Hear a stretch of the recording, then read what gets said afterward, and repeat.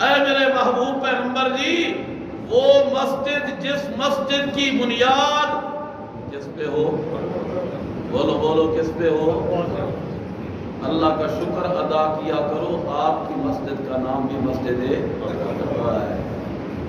اور حاجی صاحب موجود ہیں، جب پہلے دن ہم اس پلیس کا متعلق غور کر رہے تھے تو میرے ذہن میں سب سے پہلے جس آیت کا ورود ہوا اسی آیت کا نقشہ میرے سامنے آیا۔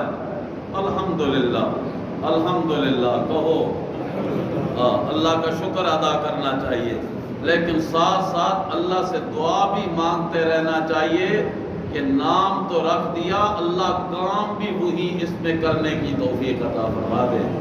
رب کریم نے کبھی موازنہ کیا ہے، موازنہ کیا ہے دو مسجدوں کا، ایک تقوی والی مسجد اور دوسری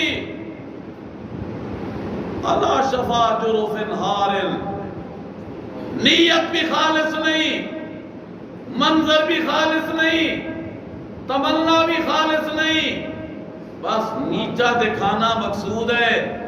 اللہ کریم فرماتے ہیں اب بتاؤ دونوں آپس میں برابر ہو سکتی ہیں؟ جواب یقیناً نفی میں۔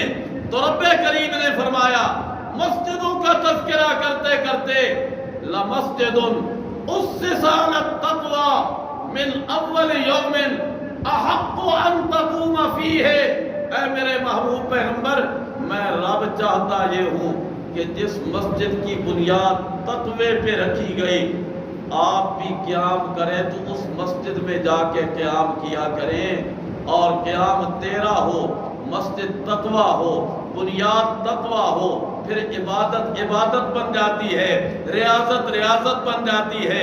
معلوم کیا ہوا کہ مسجد میں تقوی آئے، مسجد کارآمد ہے، عبادت میں تقوی آئے، عبادت کارآمد ہے، عمل میں تقوی آئے، عمل کارآمد ہے۔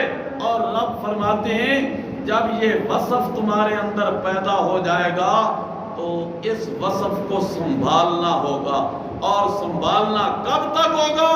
شبہات سے اپنے آپ کو بچانا ہوگا، مشکوک چیزوں سے اپنے آپ کو اجتناب کرنا ہوگا۔ حضرت سیدنا صدیق اکبر رضی اللہ تعالی عنہ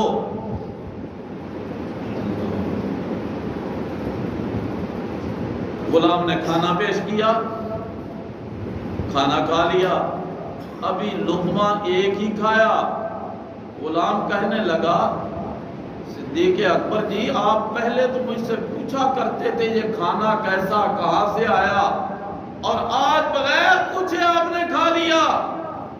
حضرت سیدنا صدیق اکبر رضی اللہ تعالی عنہ نے فرمایا اشتہا غالب تھی، بھوک زیادہ تھی، پوچھنا مجھے یاد نہیں رہا تھا۔ کہنے لگا کہ امیر المومنین جی آج یہ کھانا مجھے ایک جگہ سے آیا ہے، اور جہاں سے وہ کھانا مجھے ملا ہے وہ ایک میری محنت کا صلہ ملا ہے۔ میں زمانہ جاہلیت میں کہانت کا کام کرتا تھا، جادوگری کا کام کرتا تھا، اور لوگوں کی قسمت کا حال ان کو بتایا کرتا تھا، کبھی سچی کبھی جھوٹی نکلتی قسمت کا حال۔ شکر کرو آج کل وہ بیماری نہیں رہی، شکر کرو، لیکن کمی نہیں ہے، کمی آج کل بھی نہیں ہے۔ گئے پامرس بیٹھا ہوا ہے، ذرا میرے ہاتھ کی لکیریں دیکھو، میری قسمت کا حال مجھے بتاؤ۔ وہ ٹیڑھی میڑھی لکیریں دیکھ کے کبھی کچھ کہہ دیتا ہے، کبھی کچھ کہہ دیتا ہے۔ میرے نبی نے فرمایا من اتا کاہنا وصدق بما قال، جو کسی کاہن کے پاس گیا اور اس کی خبر کو اس نے سچا مان لیا، فقد کفر بما نزل علی محمد صلی اللہ علیہ وسلم، اس نے اس پیغام کا انکار کر دیا جو اللہ نے اپنے پیغمبر پہ اتارا، یعنی قرآن کا منکر بن گیا، نبی کی سنت کا باغی بن گیا، جو کسی پامست کے پاس جا کے اپنی قسمت کا حال پوچھتا ہے، کہنے لگا میں کہانت کا کام کیا کرتا تھا اور اجرت ایک بندے کے ذمے رہ گئی تھی، آج بڑے عرصے کے بعد وہ مجھے ملا اور اس نے کہا کہ میری اجرت آپ کو دینی تھی، اس اجرت کے بدلے میں آپ کو کھانا پیش کر رہا ہوں۔ اس نے وہ کھانا دیا، وہ کھانا آپ کی خدمت میں لے آیا۔ سیدنا صدیق اکبر رضی اللہ تعالی عنہ نے فوراً منہ میں انگلی ڈالی اور اتنے تک مسلسل قے کرتے رہے جب تک وہ مشکوک غذا اندر سے باہر نہیں نکل گئی۔ اللہ فرماتے ہیں اتقوا اللہ حق تقاتہ، تقوی یوں ہونا چاہیے کہ مشکوک چیزوں سے بھی اپنے آپ کو بچائے، اور کب تک بچائے؟